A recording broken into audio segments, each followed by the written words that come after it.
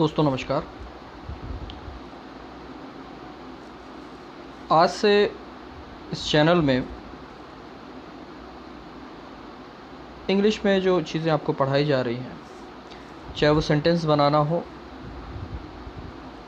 और चाहे एक्सरसाइज करवाना हो उन लेसन्स पे आधारित, उनके साथ साथ एक और चीज़ स्टार्ट की जा रही है, वो है बेसिक वोकेबलरी इम्प्रूवमेंट। मतलब आम तौर पे जो हम रोज़ बातचीत करते हैं उनमें जो प्रयोग किए जाने वाले शब्द हैं, उन शब्दों के बारे में हमें अधिक से अधिक जानकारी हो, ताकि जल्दी से जल्दी हम अपनी बातों को, अपने विचारों को, अपनी भावनाओं को इंग्लिश लैंग्वेज में स्पष्टता के साथ व्यक्त कर सकें। इस संबंध में आज से अन्य सीरीज़ की तरह, जिसमें कंजंक्शंस है, सेंटेंस कंस्ट्रक्शन है, प्रीपोजिशंस है, उसी प्रकार से कन्वर्जेशनल वोकेबलरी इम्प्रूवमेंट के संबंध में ये सीरीज़ आज से प्रारंभ की जा रही है। तो इसके अंतर्गत मूल रूप से उन शब्दों के बारे में आपको जानकारी दी जाएगी जो वास्तव में दैनिक जीवन में बहुत उपयोगी होते हैं। तो इनकी प्रैक्टिस बहुत ज़रूरी है, क्योंकि हमने बेसिक इंग्लिश से ही स्टार्ट किया है। हिंदी टू इंग्लिश, इसका जो मुख्य उद्देश्य है वो यही है कि भले आपको केवल हिंदी ही क्यों ना आती हो, लेकिन आप देर सवेर इस स्तर पे पहुंच जाएं जितने जल्दी हो सके कि आप इंग्लिश को उसी लैंग्वेज में सीखना प्रारंभ कर सकें, ताकि आपकी वोकेबलरी और एडवांस हो सके, आपके एक्सप्रेशंस और बेहतर हो सकें पहले की अपेक्षा। और इसके लिए ज़रूरी है कि न केवल हमको सेंटेंस कंस्ट्रक्शन का ज्ञान हो, बल्कि आम तौर पे जिन शब्दों का प्रयोग किया जाता है इंग्लिश में, उनकी भी जानकारी हो। तो चलिए प्रारंभ करते हैं। इसमें मैंने कुछ एडजेक्टिव्स की जानकारी दी है, कुछ नाउन्स की जानकारी दी है, कुछ वर्ब्स की जानकारी दी है, कुछ वन वर्ड सब्स्टिट्यूशंस की जानकारी दी है। तो लगभग अलग अलग कैटेगरी के कुछ शब्द सभी मैंने कलेक्ट किए हैं। इसमें मैंने आपको सेंटेंसेस दिए इंग्लिश में, उनके मैं अर्थ बताता जाऊंगा, और लास्ट में एक बहुत छोटी सी एक्सरसाइज है, उसको आप अटेम्प्ट कर पाएँ सही तरीके से। इसके लिए ज़रूरी है कि इस वीडियो को ध्यान से देखना है, क्योंकि वो लास्ट में जो एक्सरसाइज है तो छोटी सी, लेकिन उसके आधार पर आप ये समझ पाएंगे कि आपकी मेमोरी कितनी स्ट्रांग है, आपको जो शब्द बताए गए वो कितने अच्छे से आपको समझ में आए। और लास्ट में हालांकि उसका आंसर भी मैंने दिया है, लेकिन उस आंसर की तरफ जब मैं स्क्रॉल करूंगा तो बहुत ज़्यादा समय नहीं दूंगा, ताकि आंसर आपको पहले से पता ना चल सके। आप एक बार अटैम्प्ट कर लें, उसके बाद अकॉर्डिंगली आप अपने वीडियो को पॉज करके उन आंसर्स को देख सकते हैं और मैच कर सकते हैं कि आपने जो आंसर्स दिए हैं वो सही हैं या नहीं है। तो चलिए प्रारंभ करते हैं। Lesson 40 conversation vocabulary. इसमें पहले आप देख सकते हैं मैंने कुछ एडजेक्टिव्स सिलेक्ट किए हैं आपके लिए। बहुत कॉमन से वर्ड हैं ये, जिन्हें इंग्लिश आती है उनके लिए बहुत कॉमन लगेंगे, लेकिन मैं ये अज्यूम करके चल रहा हूँ कि आप में से बहुत सारे लोग अभी सीख रहे हैं, तो आपको इन सभी शब्दों का ज्ञान होना चाहिए ताकि आप इनका प्रयोग कर सकें।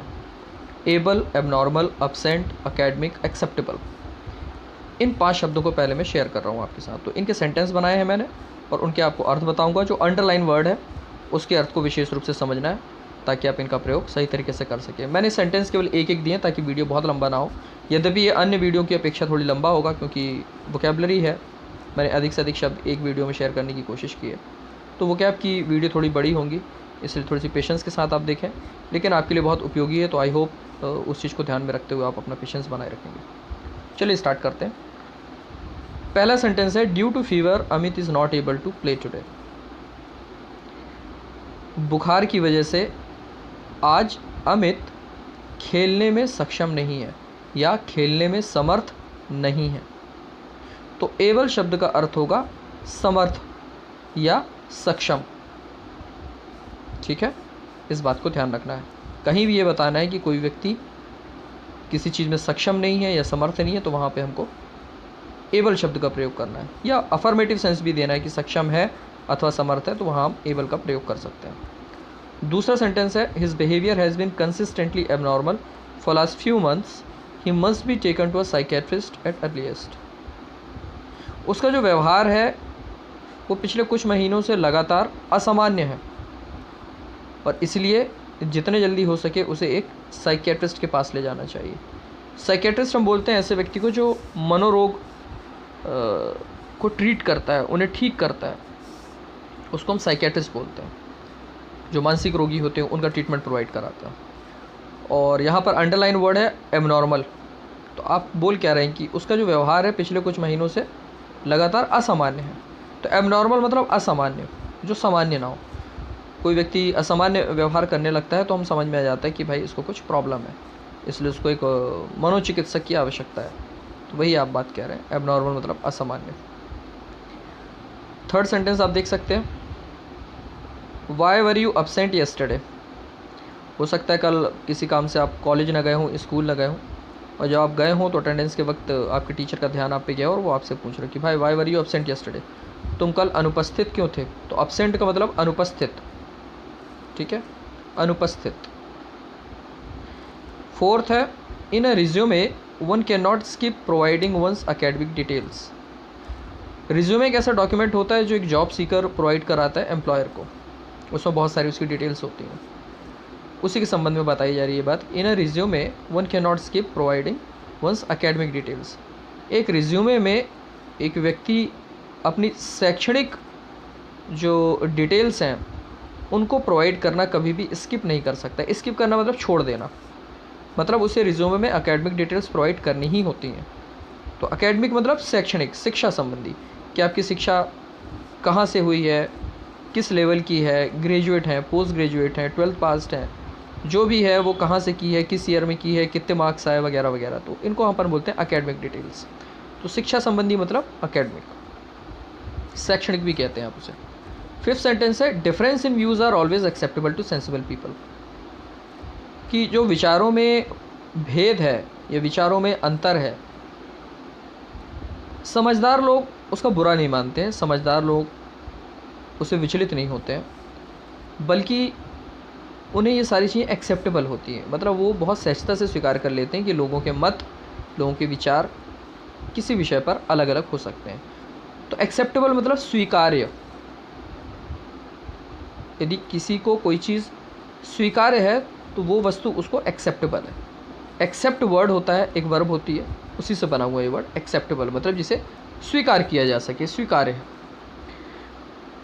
इसके बाद ये 5 वर्ड हम डिस्कस करेंगे जो वर्ब है, क्रिया जिसे आप कहते हैं, abandon, abscond, absorb, abstain and abuse. इसमें पहला सेंटेंस आप देख सकते हैं, In order to keep his father's promise to his mother, Shri Ram abandoned Ayodhya and went to forest for 14 years. Shri Ram की कहानी आप सभी ने सुनी होगी रामायण में। उसी संबंध में एक सेंटेंस दिया है कि उनके पिताजी का जो प्रॉमिस था उनकी माँ के प्रति, उनको जो श्री राम के पिताजी थे उन्होंने उनकी माँ को एक वचन दिया था, उस वचन को निभाने के लिए श्री राम ने क्या किया, वो 14 साल के लिए जंगल चले गए, अयोध्या को त्याग कर, अयोध्या को छोड़ कर। तो त्यागना हमने ऊपर पढ़ा था, उसके लिए अबेंडन वर्ड यूज़ करते हैं। तो श्री राम अयोध्या को त्याग कर 14 साल के लिए जंगल चले गए, फॉरेस्ट चले गए। तो अबेंडन का मतलब होता है त्यागना, किसी चीज़ का परित्याग करना, उसके लिए अपन अबेंडन वर्ड यूज़ करते हैं। क्योंकि ये पास्ट टेंस का सेंटेंस, इसलिए अपन ने इसमें अकॉर्डिंगली उसी फॉर्म की वर्ब का प्रयोग किया, दैट इज सेकंड फॉर्म का प्रयोग किया। सेकंड सेंटेंस में आप बोल रहे हैं, those who abscond are called fugitives. तो आप में से बहुत सारे लोग ऐसे होंगे जिनको शायद फ्यूजिटिव का अर्थ भी ना हो। तो यद्यपि मैंने सेंटेंस में एब्सकॉन्ड का अर्थ बताने के लिए इसको बनाया, फिर भी जिन लोगों को जानकारी ना हो तो फ्यूजिटिव का अर्थ भी ध्यान से सुन सकते हैं, समझ सकते हैं, आवश्यकता पड़ने पर आप उसका प्रयोग भी कर सकते हैं। Those who abscond are called fugitives. इसका मतलब है ऐसा व्यक्ति जो पुलिस से भाग रहा होता है, जिसको आप भगोड़ा कहते हैं या फरारी काटना जिसे कहते हैं देसी लैंग्वेज में, कि भाई जो फरार है, जो फरारी काट रहा है, तो फरार होना, उसके लिए अपन वर्ड यूज़ करते हैं एब्सकॉन्ड। ठीक है। और ऐसे लोगों को क्या बोला जाता है, जो फरार होते हैं, पुलिस से बच रहे होते हैं, छुप रहे होते हैं, ऐसे लोगों को हम बोलते हैं फ्यूजिटिव। इंग्लिश में बोलते हैं फ्यूजिटिव। ठीक है। तो एब्सकॉन्ड मतलब पुलिस से दूर भागना, पुलिस से छुपना, फरार होना। तो फरार होने के लिए हम एब्सकॉन्ड वर्ड का यूज़ करते हैं। थर्ड सेंटेंस है, unless we have passion for learning we can not absorb knowledge provided by our teachers. जब तक हमारे पास सीखने के लिए जुनून नहीं है, कुछ भी चीज़ सीखना चाहते हो, जब तक हमारे पास उसके लिए लगन नहीं है, हमारे मन में लगन नहीं है, जुनून नहीं है, तब तक we can not absorb knowledge provided by our teachers. तब तक हमारे शिक्षकों के द्वारा जो हमको ज्ञान दिया जा रहा है हम उसको एब्जॉर्ब नहीं कर सकते हैं। तो एब्जॉर्ब का मतलब होता है उसको पूरी तरीके से ग्रहण कर लेना। आपने देखा होगा स्पॉन्ज होता है, स्पॉन्ज में अगर आप पानी डालें तो वो पूरी तरीके से क्या करता है, उसको अवशोषित कर लेता है, उसको एब्जॉर्ब कर लेता है। तो उसी प्रकार से यहाँ पे हम एब्जॉर्ब का मतलब बता रहे हैं, किसी चीज़ को ग्रहण कर लेना, पूरी तरीके से अपने में समाहित कर लेना। तो इस क्रिया के लिए हम इस वर्ड का यूज़ करते हैं जिसे हम बोलते हैं एब्जॉर्ब। ऑलराइट, नेक्स्ट सेंटेंस है being a diabetic patient you must abstain from all the edibles that carry sugar in any form। आपको बहुत अच्छे से पता है जो डायबिटिक होते हैं उन्हें शक्कर या शक्कर से बनी हुई कोई भी चीज़ जो है वो वर्जित होती है। वही बात आप कह रहे हैं, being a diabetic patient. Being का प्रयोग मैंने बी वर्ब की जो एक वीडियो शेयर किया था उसमें बताया था, तो जिनको इसमें कन्फ्यूजन है वो बी वर्ब भी देख सकते हैं प्लेलिस्ट में जाके। बीइंग अ डायबिटिक पेशेंट, एक डायबिटिक पेशेंट होने के नाते you must abstain from all the edibles that carry sugar in any form. तुम्हें उस हर चीज़ से परहेज़ करना चाहिए या उस हर खाने वाली चीज़ से परहेज़ करना चाहिए जिसमें किसी भी फॉर्म में शक्कर का इस्तेमाल हुआ है। तो abstain फ्रॉम का मतलब होता है, मैंने इसमें फ्रॉम के साथ भी अंडरलाइन किया क्योंकि इसमें प्रीपोजिशन का भी ध्यान रखना है। कुछ वर्ड में उनके साथ एक पर्टिकुलर प्रीपोजिशन का ही यूज़ होता है। तो अगर आपको बताना है कि कोई व्यक्ति किसी चीज़ से परहेज़ करता है या उसे परहेज़ करना चाहिए तो वहाँ पर अपन abstain फ्रॉम का प्रयोग करेंगे। तो abstain फ्रॉम मतलब किसी चीज़ से परहेज़ करना, किसी चीज़ से दूर रहना, उसका सेवन ना करना, ठीक है, abstain फ्रॉम। इसी प्रकार से next sentence, educated people do not abuse any one even if they are annoyed of any one. इसमें आप कह रहे हैं कि जो शिक्षित लोग होते हैं वो कभी किसी के साथ गाली गलौज नहीं करते हैं, भले ही वो उनसे कितने भी ज़्यादा परेशान क्यों ना हो, कितने भी ज़्यादा नाराज़ क्यों ना हो, कितने भी ज़्यादा चिड़े क्यों ना हो। एनॉयड का मतलब होता है किसी से बहुत ज़्यादा परेशान होना, चिड़ा होना, नाराज़ होना, तो उसके लिए अपन एनॉयड एग्जैक्टली नाराज़ तो नहीं बट किसी चीज़ से आप बहुत चिढ़ जाते हैं, कोई व्यक्ति बहुत परेशान करने लगता है तो you get annoyed of that particular person, उसके लिए अपन एनॉयड बोलते हैं। तो जो बहुत पढ़े लिखे लोग नहीं होते वो क्या करते हैं, चिढ़ के मारे फिर वो उल्टा सीधा बोलना चालू कर देते हैं। तो उल्टे सीधे शब्दों का जो प्रयोग करते हैं किसी व्यक्ति के लिए, तो उसके लिए हम इंग्लिश में वर्ड यूज़ करते हैं abuse. So if you abuse somebody that means you are using humiliating words to hurt that particular person. कुछ ऐसे शब्दों का आप इस्तेमाल कर रहे हैं जिससे सामने वाले व्यक्ति का अपमान हो, वो हर्ट हो, उससे तकलीफ पहुँचे। उस क्रिया को हम बोलते हैं अब्यूज़, जिसे आप साधारण भाषा में बोलते हैं गाली गलौज करना। उसके लिए हम वर्ड यूज़ करते हैं अब्यूज़। नेक्स्ट जो वर्ड्स मैं आपके साथ शेयर कर रहा हूँ वो आप देख सकते हैं, ability, accent, acceptance, access and accidents, ये सभी क्या है, नाउन है। अब इसमें आप पहले कह रहे हैं everyone doesn't have ability to do everything. हर व्यक्ति में हर काम करने की क्षमता नहीं होती है, तो एबिलिटी मतलब क्षमता, सामर्थ्य। सेकंड सेंटेंस है grammar of English is same though its accent varies with place और रीजन। इंग्लिश की जो ग्रामर होती है वो तो एक समान है या एक समान होती है, हालांकि इसका जो उच्चारण है वो क्षेत्र बदलने के साथ साथ वो भी बदलता है। मतलब उच्चारण में विभिन्नता हो सकती है, उच्चारण अलग अलग हो सकते हैं, यद्यपि ग्रामर हर जगह एक है। तो एक्सेंट का मतलब होता है उच्चारण, कोई व्यक्ति किस तरीके से किसी चीज़ का उच्चारण करता है, बोलता है, तो उस बोलने की विशिष्ट जो उसकी शैली है उसको हम बोलते हैं एक्सेंट, ठीक है। नेक्स्ट है Indian culture has acceptance for all irrespective of their religions और लाइफस्टाइल्स। जो भारतीय संस्कृति है उसमें सभी के लिए स्वीकारिता है।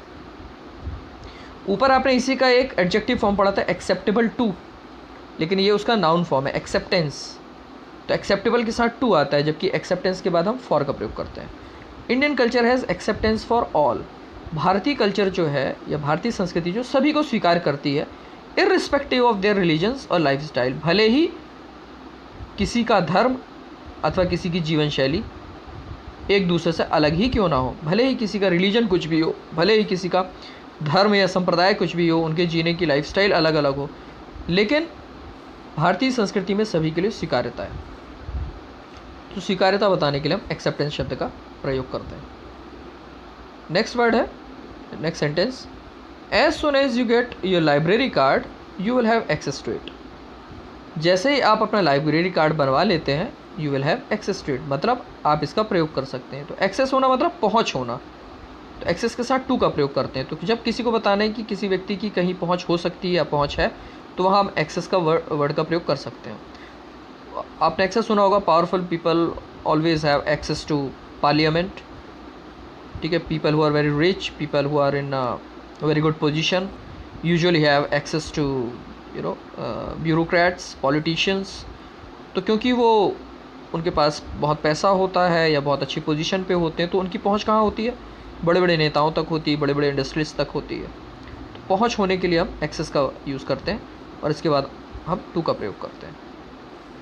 और इसमें लास्ट सेंटेंस है, Amit got injured last night in an accident. Accident एक बहुत कॉमन वर्ड है जिसे आप दुर्घटना बोलते हैं। इसी में आप वही चीज़ बता रहे हैं कि बीती रात अमित जो है वो क्या हुआ, इंजर्ड हो गया, दुर्घटनाग्रस्त हो गया। इन एन एक्सीडेंट, एक दुर्घटना में, कोई दुर्घटना हुई और जिसमें उसको क्या हुआ, चोट लग गई बहुत ज़्यादा।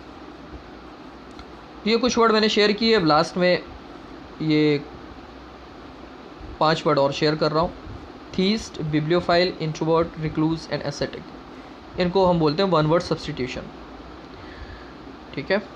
तो पहला है, आप देख सकते हैं, his father is a theist while he is an atheist. तो थीस्ट का मतलब क्या होता है? थीस्ट का मतलब होता है ऐसा व्यक्ति जो इस बात पर यकीन करता है कि ईश्वर का अस्तित्व है, मतलब जो ईश्वर पर यकीन करता है, उसके अस्तित्व पर यकीन करता है, उसको आप बोलते हैं थीस्ट। तो उसके पिताजी तो ईश्वर के अस्तित्व पर विश्वास करते हैं, परंतु वह अथीस्ट है। तो अथीस्ट थीस्ट का बिल्कुल उल्टा होता है, जो यह नहीं मानता है कि ईश्वर है, जिसको आप नास्तिक कहते हैं। तो नास्तिक के लिए अपन अथीस्ट वर्ड का यूज़ करते हैं, जबकि आस्तिक के लिए हम थीस्ट वर्ड का यूज़ करते हैं। तो ये ध्यान रखने वाली बात है। इनको वन वर्ड सब्स्टिट्यूशन इसलिए बोला जाता है कि इनको अगर आप मीनिंग देंगे तो एक पूरा का पूरा सेंटेंस आ जाएगा। तो एक पूरे के पूरे सेंटेंस को आप रिप्लेस कर सकते हैं केवल एक वर्ड के द्वारा।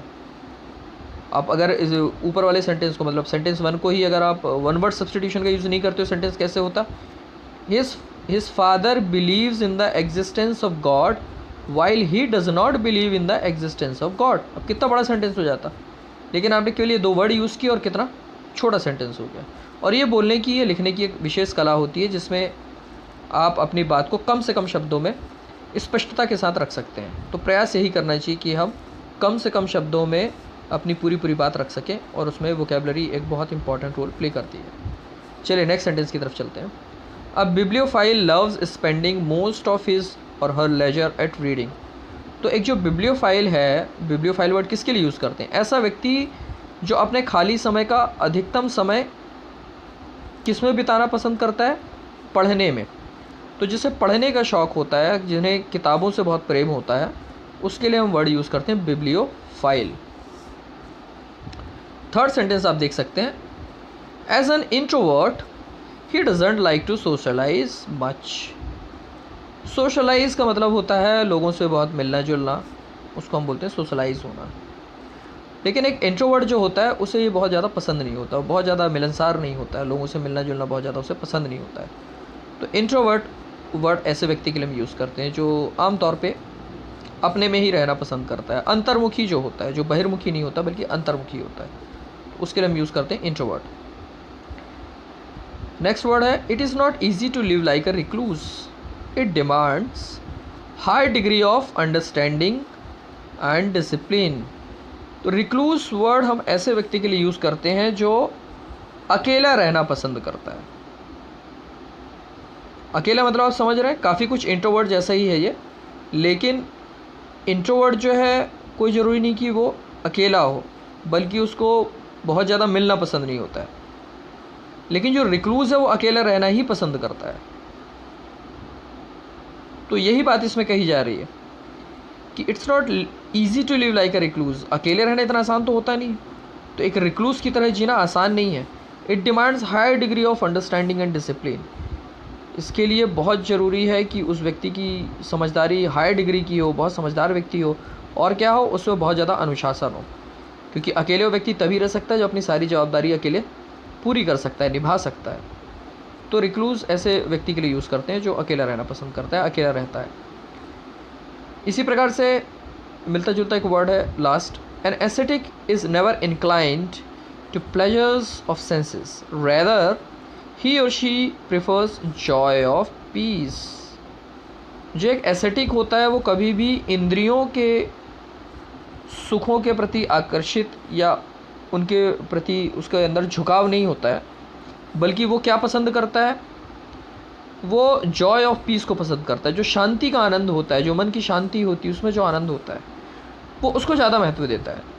इसलिए इंद्रियों से मिलने वाले सुख के प्रति जो एसेटिक है वो बहुत ज़्यादा आकर्षित नहीं होता है। तो एसेटिक को आप सही मायने में कहा जाए तो एक ऐसा व्यक्ति जिसका इंद्रिय अपनी जो है इंद्रियां जो हैं उनमें बहुत डिसिप्लिन है, बहुत संयम है, चाहे वो खाने पीने का सुख हो, चाहे वो रहने का सुख हो, चाहे वो पहनने का सुख हो, किसी प्रकार का इंद्रियों से संबंधित जो सुख है उसके प्रति बहुत डिसिप्लिन होता है, अपने आप को बहुत ज़्यादा वहाँ इन्वॉल्व नहीं करता है, वो मन की शांति को ही प्रेफर करता है। तो एसेटिक के लिए हिंदी में जो वर्ड आप यूज़ करते हैं उसको एक्चुअली आप बोलते हैं सन्यासी। तो जो सन्यासी व्यक्ति होता है वो इंद्रियों के सुख में बहुत ज़्यादा अपने आप को इन्वॉल्व नहीं करता है, वो मन की शांति को और मन की शांति के आनंद को ही सबसे ज़्यादा महत्वपूर्ण मानता है। तो ये कुछ वर्ड मैंने आज आपके साथ शेयर किए, आई होप आपको समझ में आए होंगे और आप उनका अधिक से अधिक लाभ उठाएंगे। अब मैंने एक एक्सरसाइज नीचे शेयर की है जो इन्हीं शब्दों पे आधारित है। बहुत छोटी सी एक्सरसाइज है, बहुत छोटी सी एक्सरसाइज है। वर्ड तो मैंने लगभग 15-20 शेयर किए हैं, लेकिन इसमें जो एक्सरसाइज है केवल आपको 5 वर्ड फिल करने हैं, और वो तभी कर पाएंगे जब आपने इनको अच्छे से सुना हो, समझा हो। हालांकि आपके पास ऑप्शन है, आप वीडियो को पीछे ले जाके देख सकते हैं, रिवर्स करके देख सकते हैं, रिकॉल कर सकते हैं कौन सा वर्ड सही होगा, तो इसी बहाने आपकी याददाश्त भी बनेगी। मैंने हिंदी में जानबूझ के नहीं लिखा है मीनिंग, क्योंकि मैं चाहता हूँ कि आप मीनिंग को दिमाग में बैठाएं। I want you to absorb the meaning rather than depend upon the written form somewhere, क्योंकि हमारे पास बहुत सारी चीज़ें जिसमें रिटर्न में होती है लेकिन बावजूद उसके हम उसका लाभ नहीं उठा पाते हैं। So the very purpose of this video has been to help you improve your memory power so that you can retain their meaning and you can use these words whenever required।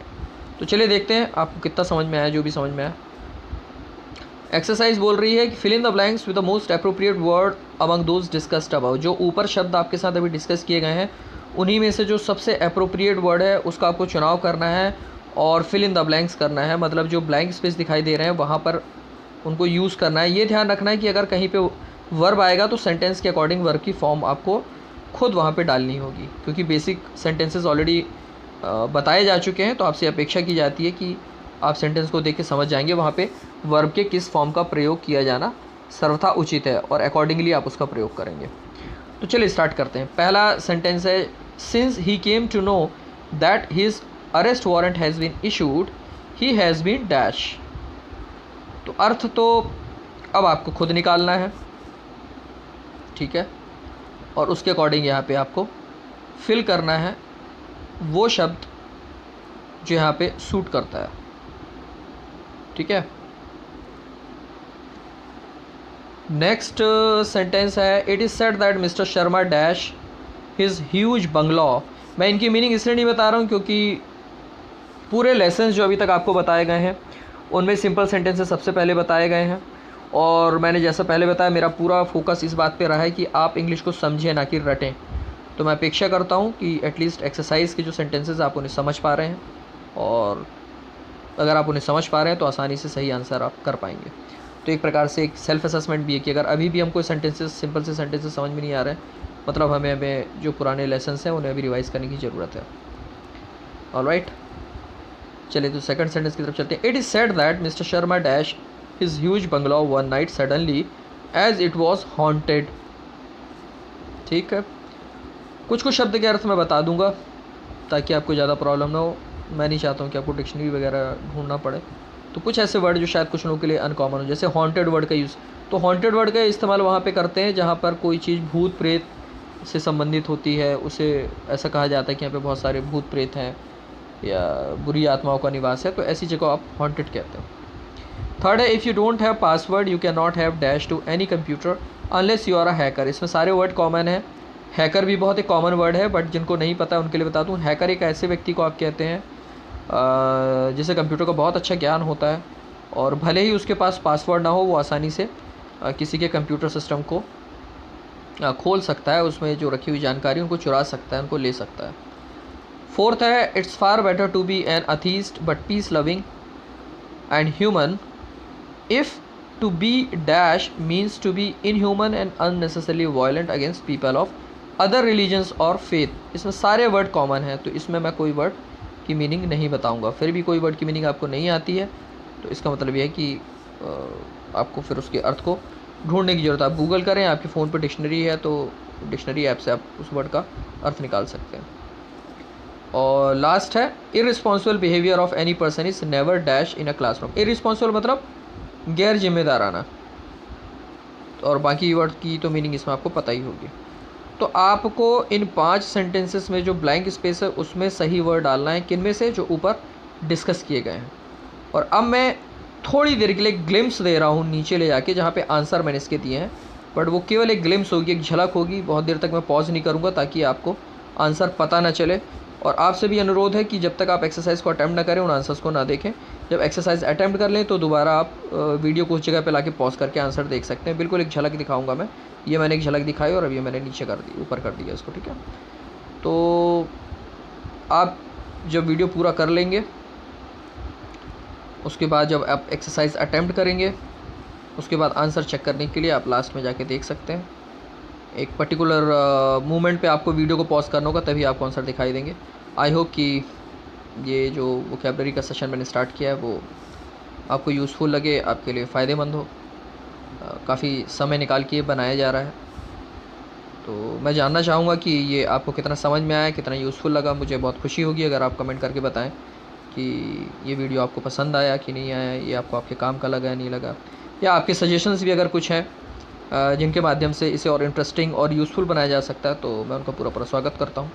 I firmly believe that a student should be given right to even help his or her own teacher to teach them in the best way possible।